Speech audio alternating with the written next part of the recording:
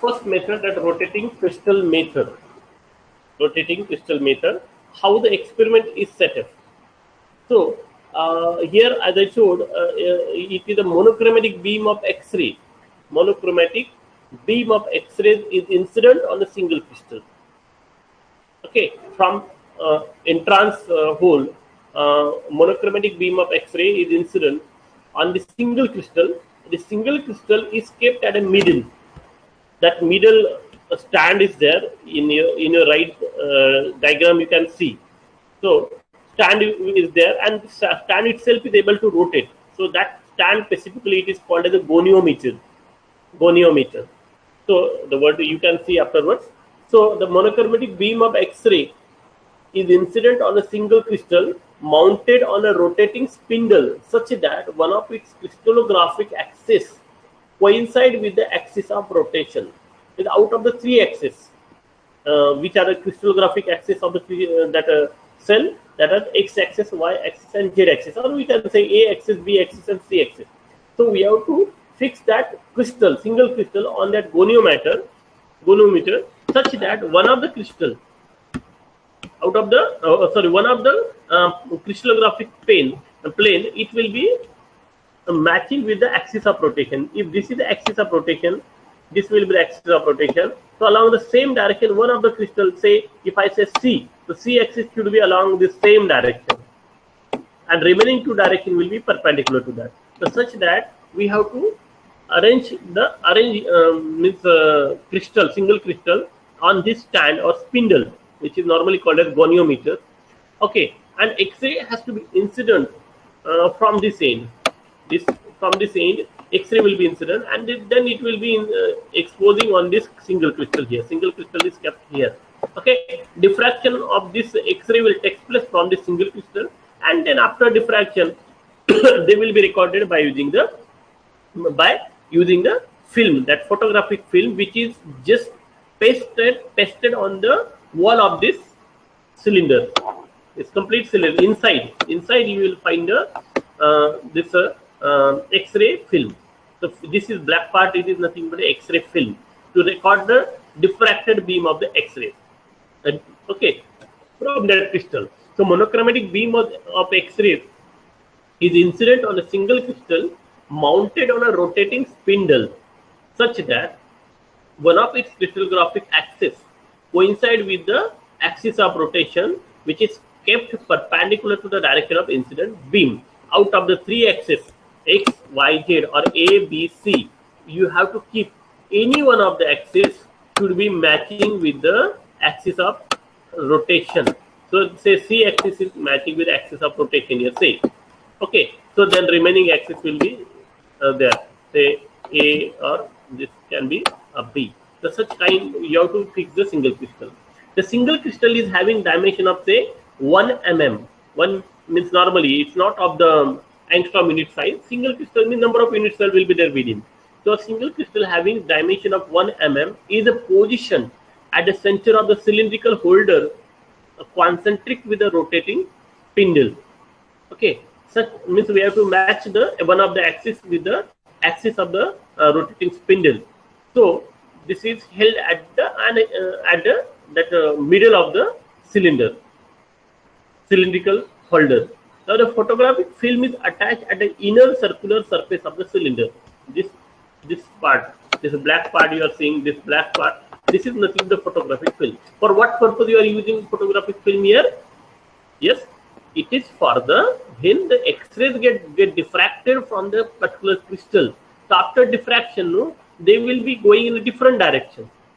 Okay, depending upon the condition of the wavelength, depending upon the up to what angle it has been incident on the single crystal, what are the arrangement of the plane inside the single crystal, that D value, they will be moving in a different direction.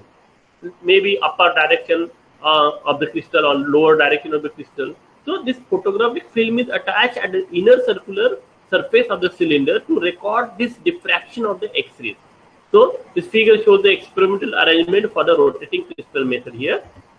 Now, diffraction takes place from those planes which satisfy the Bragg's law for a particular angle of rotation. We have the Bragg's law. We have to consider So for first order of reflection, we have to consider.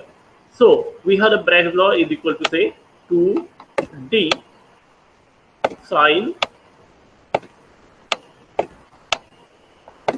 theta. So it is your rotating crystal method. So in rotating crystal method, theta is varying continuously. Okay, n is 1, so it should be equal to lambda. Lambda is fixed. Monochromatic wavelength due to incident. Normally it will be a 1.5 angstrom in each, or like that. Like that, wavelength will be incident there. The 1.5, yeah, or nanometer. I think nanometer, 1.5 nanometer.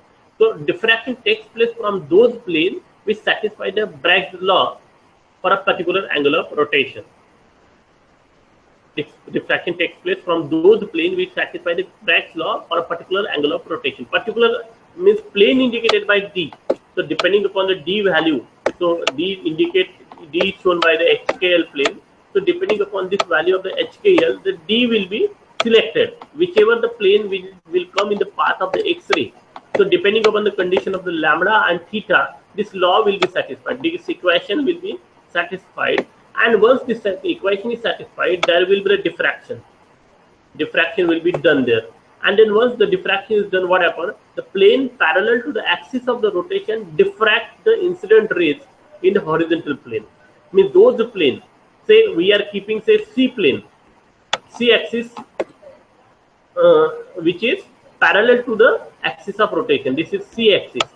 If C axis is parallel to the axis of rotation, then all the plane, all the radiation incident will diffract the incident rays in the horizontal plane. Means that diffraction will be in the horizontal way. So after diffraction, ray will be moving in a horizontal direction. However, reflection cannot be observed for those planes which always contain the incident beam. Means those planes which are parallel, say incident radiation are there. These are the incident radiation coming. Upper side I am drawing something. This is incident radiation, and plane are also in the same plane. This. So such plane will not cause any kind of diffraction. Only those plane in which the plane are vertical, which remains vertical, for those plane only you can find the diffraction phenomenon. Here only diffraction will occur. So we are keeping one of the plane perpendicular, means in a vertical direction, which is along the direction of axis of rotation, and incident ray is along the horizontal. So there will be the diffraction phenomena. Okay, and the remaining plane will not be diffracted. The plane inclined to the rotation axis produce reflection above or below the horizontal plane depending upon the angle of inclination. With how much angle you are making them to incident this X-ray. The after diffraction here at the middle of this cylinder, radiation will be moving in upward direction, some will be moving in a downward direction. So wherever they move, that diffraction, their incidence on that side of the cylindrical vessel, that X-ray film are already tested there. So that incidence of that X-ray on the side of this wall of the cylinder will be recorded by this photographic film. Photographic film is taken for that only. When that X-rays after diffraction in whichever direction will be diffracted, they will be moving toward the wall of the cylinder, and wall it is tested with the X-ray film. So X-ray film will record that incidence. Okay, understanding or not, girls, please? Yes. Yeah. So the plane inclined to the rotation axis produces reflection above or below the horizontal plane depending upon the angle of inclination. The horizontal line produced by the diffraction spot on the photographic film are called as layer line. You remember this is the layer line. Means how when you have just surrounded this photographic film, you have pasted on this entire circle of entire inner part of the cylinder. So when you remove this photographic film from here after diffraction, what will be the appearance of the line? Line will be a straight line. This kind of the line will be seen. So say if I say at the middle where the crystal in the same plane, it will be L is equal to 0. So upper side you take it as a positive, so it will be L is equal to 1, and lower side it will be called as, when you take out that photographic film outside and you develop it, and lower side it will be L is equal to -1. Okay, why I'm taking L here? Because I'm my C axis I'm taking exactly parallel to the axis of rotation. so that only the C planes are planes which are along the C direction, they only got diffracted. Okay, the horizontal line produced by the diffraction spots on the photographic film are called as layer lines. Okay, so such kind of the lines which were indicated by L is equal to 0 at a middle, upper side L is equal to 1, lower side L is equal to -1, they all are called as layers line. So the next diagram, you can see how the X-ray scattered pattern can be seen here. Here, with L is equal to 0, L is equal to 1, L is equal to minus 1. These are the layer lines.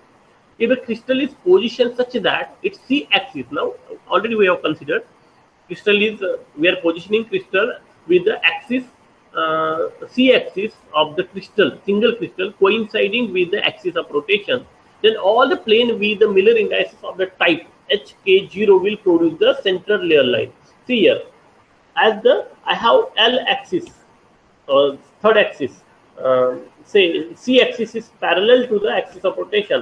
So all such kind of the pattern with the central line L is equal to 0. So such kind here, see here.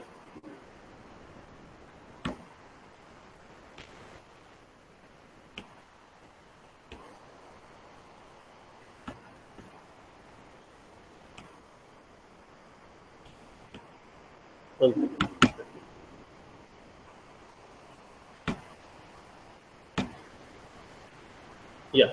So if the crystal is positioned such that its C-axis coincides with the axis of rotation, all the plane with the Miller indices of the type HK0. Now, if certain plane is parallel to that axis of rotation, then we have to take that it is parallel means it will have the 0 Miller indices. Because if it is parallel means intercept along the direction will be infinity, and if I have to take the reciprocal of infinity, Miller indices automatically become equal to 0. So such kind of the plane with Miller indices 0 along the C-axis, because we are taking C-axis along the axis of rotation. Similarly, the plane having the Miller indices of the plane HKL and HKL minus means HKL. See this L is equal to 0 at the middle. HKL is equal to 1 on upper side plane will be seen. Means those plane on upper side having Miller indices L along L is equal to 1 on C axis and L is equal to -1 on the C axis. That can be producing the diffraction pattern on upper and below side. So this is for L is equal to 1. When you take L that C axis, if that L Miller indices is equal to 1, and this will be the L is equal to -1. Similarly, the plane having the Miller indices of the plane HKL and HKL bar indicate a negative intercept, will produce the layer line above, that L is equal to 1 and L is equal to -1, that is below the central line respectively. The vertical spacing between the layer line depends on the distance between the lattice point along the C-axis. Now, see, how much is the distance between the two layer lines? It depends upon what? It depends upon a lattice point, the distance between the lattice point. You can say lattice constant. So this depends upon the value of the ABC value. And here C value, because we are keeping that along the C direction. Since the distance C can be measured from the photographic film, simply this will be the C axis C plane. So this will be the distance between the lattice point along the C direction. That you can see. So from the photographic film, after developing, such kind of the line can be seen. Out of them, the middle line is with the L is equal to 0, upper one is for L is equal to 1, and lower one for the L is equal to -1. So from that, you calculate this distance, any of this, then you will find the C, because you are keeping C axis parallel to the axis of rotation. Similarly, you can do this for same crystal. For finding the A and B, you have to keep the A axis parallel to the axis of rotation. So here you can find the A also. First, for this case it is C. Then you can find A, that is distance between the different lattice point, and also you can find the B also. Here B also can be found. So here distance C can be measured from the photographic film. Similarly, we can determine the translation vector A and B, mounting the crystal along A and B axis respectively. Means you have to mount the crystal at a middle such that A axis will be parallel to the axis of rotation. Then you can find that from the layer line you can find the value of A, and similarly if you fix the crystal such that B axis is along the axis of rotation, then you can find the B that V parameter, the lattice parameter, by measuring the distance between the layer line on the photographic film. Thus, the dimension of the unit cell can be easily determined. Means you, like the same crystal you are doing. First time you are finding C, second time you are finding A, then you are finding B. So simply you can calculate the A, B, C. You know the value of A, B, C means what the else. You can simply calculate the radius, everything, radius of the atom and everything. Then because it is all correlated. So for the given plane, you can also find the interplanar distance and everything. So these all factors can be calculated very easily by using these values from the photographic film. Okay, so this is what the rotating crystal method is.